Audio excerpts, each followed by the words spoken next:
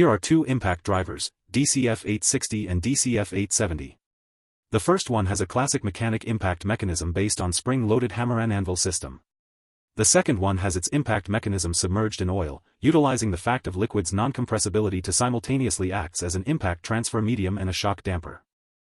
The classic hammer and anvil mechanism typically consists of three main pieces: non-moving ring gear, to the right, hammer, center, anvil, to the left. However, the hydraulic impact mechanism contains its hammer and anvil within a single enclosure and is provided as a black box. It is not serviceable.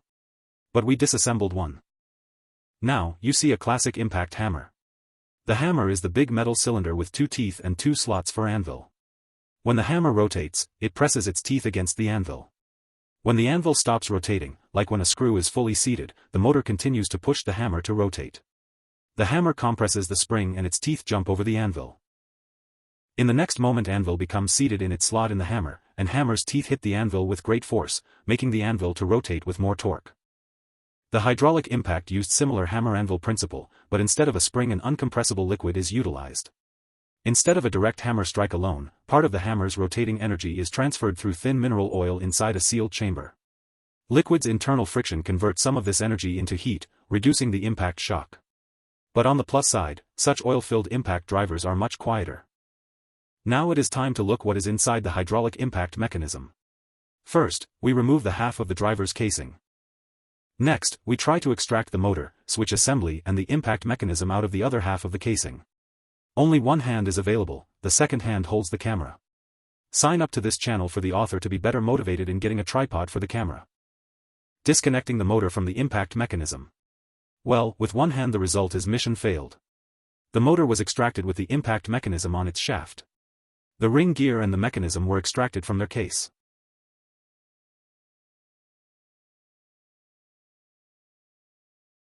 After some prying with the help of the screwdriver, the impact mechanism is finally separated from the electric motor.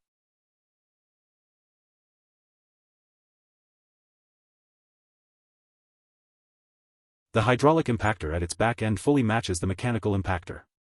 It has the same ring gear and a set of planetary gears that are rotated by the electric motor.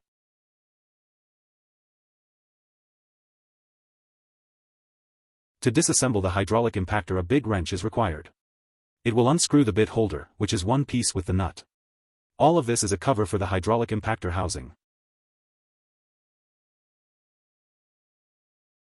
The amount of oil in the hydraulic impactor is only several milliliters. The rest is filled by the parts of the impactor. The oil is not pressurized and it appears to be ordinary low-viscosity mineral or silicone oil. It can be easily refilled without disassembling the impactor via the two holes at the front. These two holes are sealed by two small screws. They are lost instantly, so be careful.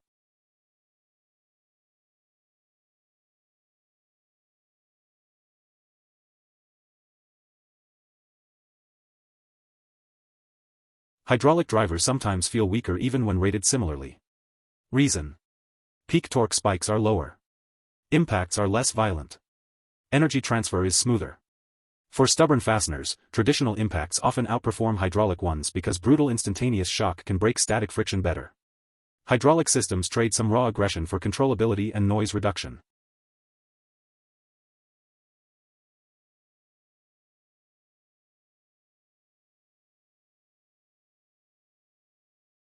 Unlike the mechanical impactor, where the bit holder is a separate piece and can be easily replaced, the hydraulic impactor is not considered a user-serviceable unit. Despite the front cover with a bit holder can be easily unscrewed and replaced, it is not sold as a separate piece. A full replacement of a hydraulic impactor will be conducted. Thanks for watching. If you are still here, please subscribe to the channel. And share your thoughts in the comments. What do you think on this topic? Was it worth the time?